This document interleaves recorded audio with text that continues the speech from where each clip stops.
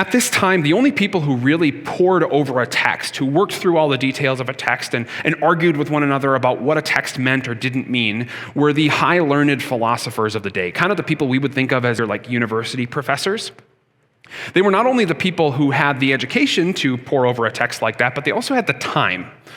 Because the average person was working as a day laborer, trying to just keep themselves alive by providing enough for their family. They didn't have time to go to a text and read it over and try to figure out exactly what it meant and have a philosophical discussion about it. But the Christians' relationship with the scripture was very different. The Christians believed that the text of the Bible was actually to be in the hands of every person. That the average person should be able to read the scripture and to be able to understand it, to learn from it, to gain wisdom from it, and be able to have discussions about it. You can see this from the way that the Christians copied the scriptures.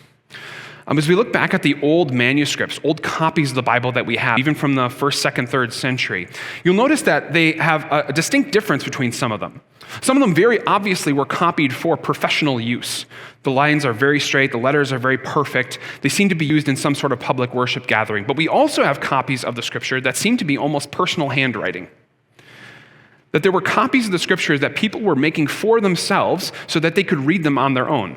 Not for any sort of professional process or accomplishment, but just so that they could read it themselves and learn from it.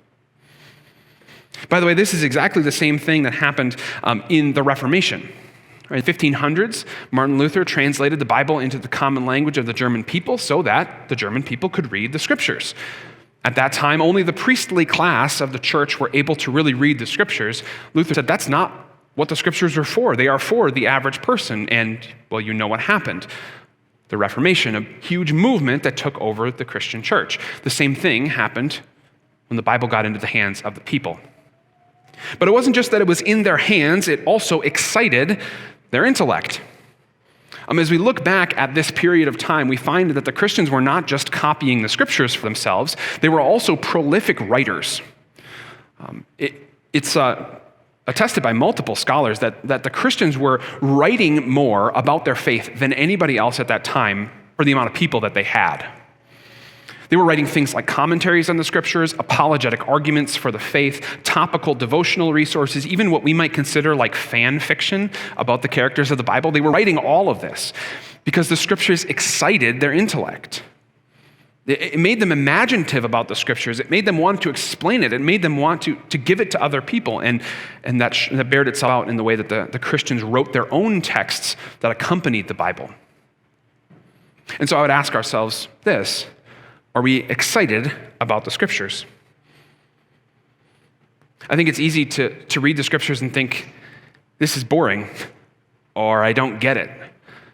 I'm sure many of you have felt that as you've opened the Bible. But I would challenge you, I'd press back on you a little bit with that. When has anything that's super good been really easy the first time?